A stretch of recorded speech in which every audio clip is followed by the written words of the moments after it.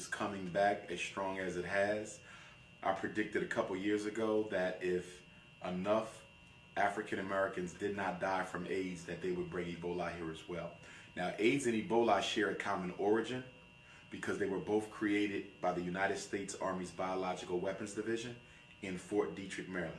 And the documentation is there. There was a Visnu virus that the United States government engineered to be a racially selective biological virus. From that came AIDS. In further research came Ebola. In further research came H1N1, swine flu, bird flu. I mean, they're constantly coming up with diseases to target select groups of people. President Jimmy Carter, former President Carter, in 1980 signed an executive order, Global 2000. The purpose of Global 2000 in 1980 was to reduce the population of African people in the world by 50%. From 1980 to 2000, 20 years, black folk were supposed to be half their number. It did not work. It's no coincidence that that was signed in 1980. First official documented cases of AIDS showed up in the 80s as well, because it was all part of the Global 2000 campaign. Ebola was part of Global 2000 as well, but Ebola, being more aggressive than AIDS, was reserved for the African continent. AIDS was for the Western world. AIDS for the blacks in America, Ebola for the blacks in Africa. Okay, so Africa had to deal with AIDS and Ebola, okay, which has had an effect. But the problem is, black women keep on bringing forth new life in Africa. See, the white man, or should I say the United States government, the CFR, the Trilateral Commission, they're trying to get control over the black population rate. I was reading the Newsweek the other day. Guess what they had listed as the #1 issue of 2015? Overpopulation.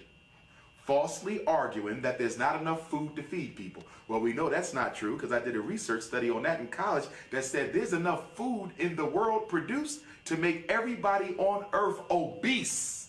The problem is how they selectively use food to take care of some people and kill others. So the whole argument that we ain't got enough food to feed people is a lie. That is propaganda to do what? Influence black women to stop getting pregnant. President Obama, what's one of the things he did? When he became president, he reversed a federal ban that prohibited taxpayers' money from going to organizations in Africa that advocated for hysterectomy and abortion. Okay? It was made illegal under George W. Bush. Obama overturned it. And at present, yes, and he was never held accountable for this. At present, money can go to groups in Africa that advocate for extermination and hysterectomy and abortions for black women in Africa with America's federal tax dollar. Yes, it's all about exterminating black folk. Population control has always been a big issue for Europeans. Okay, how do we reduce the numbers of black folk so they don't ultimately outnumber us and ultimately exterminate us, because black people are the possessors of the dominant gene? Racism.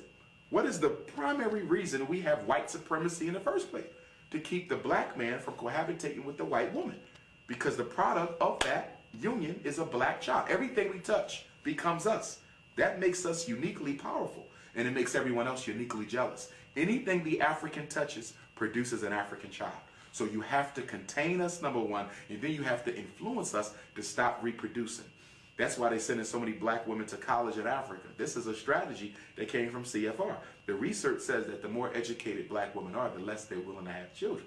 So the reason that you see this push for equal rights for African women isn't because they care about African women. It's because if we get her a job and if we get her into college, she's going to stop having babies and she'll be more likely to use birth control. Ebola is about birth control. And the interesting thing about AIDS and Ebola is they tell us what? They both came from monkeys in Central Africa.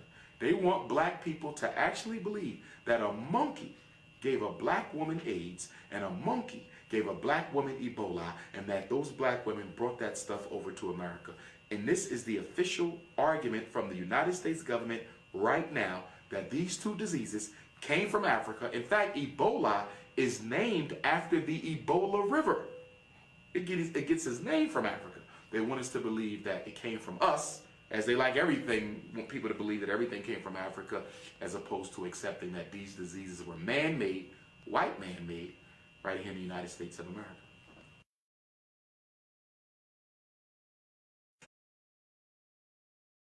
Or have children with a man that she perceives, quote unquote, to be a deadbeat.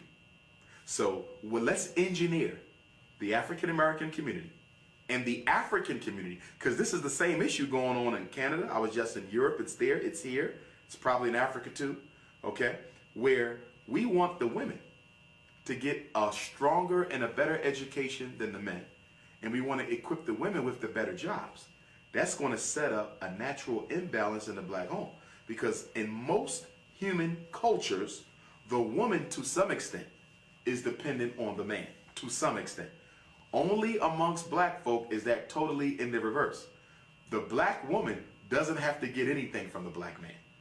Everything she needs, she can get directly from the white man in terms of job and education. So for a lot of black women, if they don't value culture, if they don't value family, if you're looking at the black man purely from a functional perspective and a practical perspective, what use is he? This is what a lot of black women say.